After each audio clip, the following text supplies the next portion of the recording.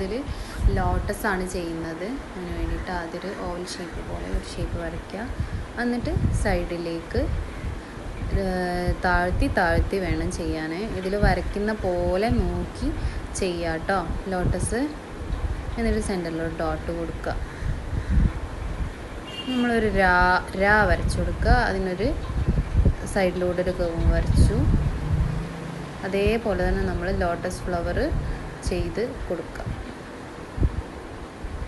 കണ്ടില്ലേ? നിങ്ങൾ ഓൺലൈൻ ക്ലാസ്സിലാണ് നമുക്ക് കൂടുതലായിട്ട് ഇതിൻ്റെ ഡീറ്റെയിൽ കിട്ടുക. അപ്പം മാക്സിമം ഓൺലൈൻ ക്ലാസ്സിൽ തന്നെ ഇരിക്കണേ. നമ്മൾ ചില സ്ഥലത്ത് അതിന് മൊട്ട് പോലെ കൊടുക്കുക. കണ്ടില്ല ഞാൻ കൊടുത്തത്? നോക്കി അതേപോലെ പ്രാക്ടീസ് ചെയ്യുക. ഫ്ലവേഴ്സ് തലങ്ങും വിലങ്ങുമൊക്കെ ആയിട്ട് നമുക്ക് ഫില്ല് ചെയ്യുന്ന വിധത്തിൽ കൊടുക്കുക.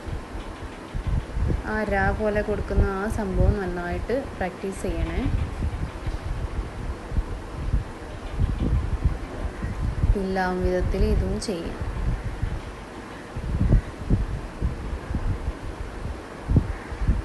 രണ്ട് സൈഡിലും ഏകദേശം ഒരേ വലുപ്പത്തിലുള്ള പെറ്റൽസ് കൊടുക്കാൻ ശ്രദ്ധിക്കുക.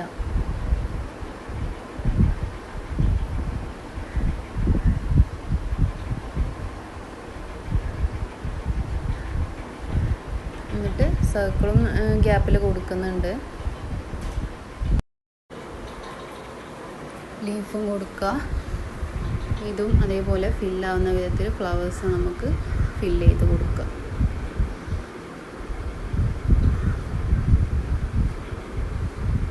സർക്കിൾ കൊടുത്തിട്ട് നമുക്ക് മാക്സിമം ഫില്ലാക്കുക. ഇനി ഔട്ടർ കൊടുക്കുക. എന്നിട്ട് നമ്മൾ നേരത്തെ ചെയ്ത പോലെ തന്നെ ഫില്ലിംഗ് ആണ് കൊടുക്കുന്നത് കേട്ടോ.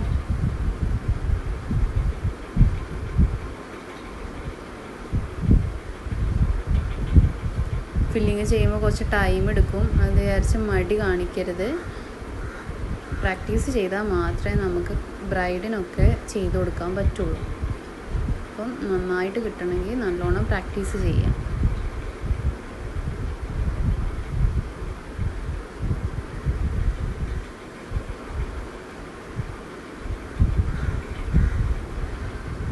ഔട്ടർ ഡാർക്കൺ ചെയ്തതിന് ശേഷം മാത്രം നമ്മൾ ഫില്ലിങ് കൊടുക്കുക കേട്ടോ.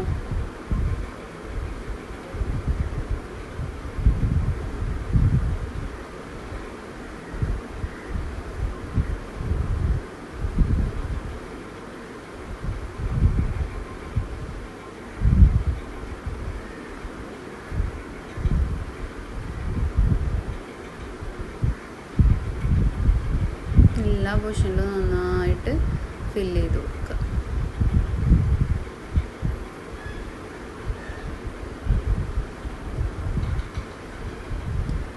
ഇൻവേഴ്സ് ഫില്ലിങ് വരുന്നത് തന്നെ അതായത് ഫ്ലവറിൻ്റെ ഔട്ടർ പോർഷൻ, അതായത് നമ്മൾ ഇത് വരയ്ക്കുന്ന ഡിസൈൻ്റെ ഔട്ടർ പോർഷൻ ഫില്ല് ചെയ്യുന്നതിനാണ് ഇൻവേഴ്സ് ഫില്ലിംഗ് എന്ന് പറയുന്നത്.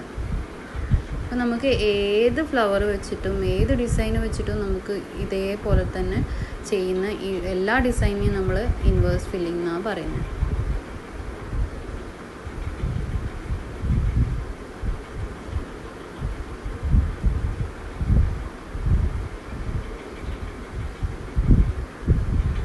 ഇപ്പോൾ വരുന്ന ഒട്ടുമിക്ക ഡിസൈനിലും നമ്മൾ ഇങ്ങനത്തെ ഇൻവേഴ്സ് ഫില്ലിങ് കാണുന്നതാണ്. ഫ്ലവേഴ്സ് മാത്രമേ മാറ്റം ഉണ്ടാവുള്ളൂ.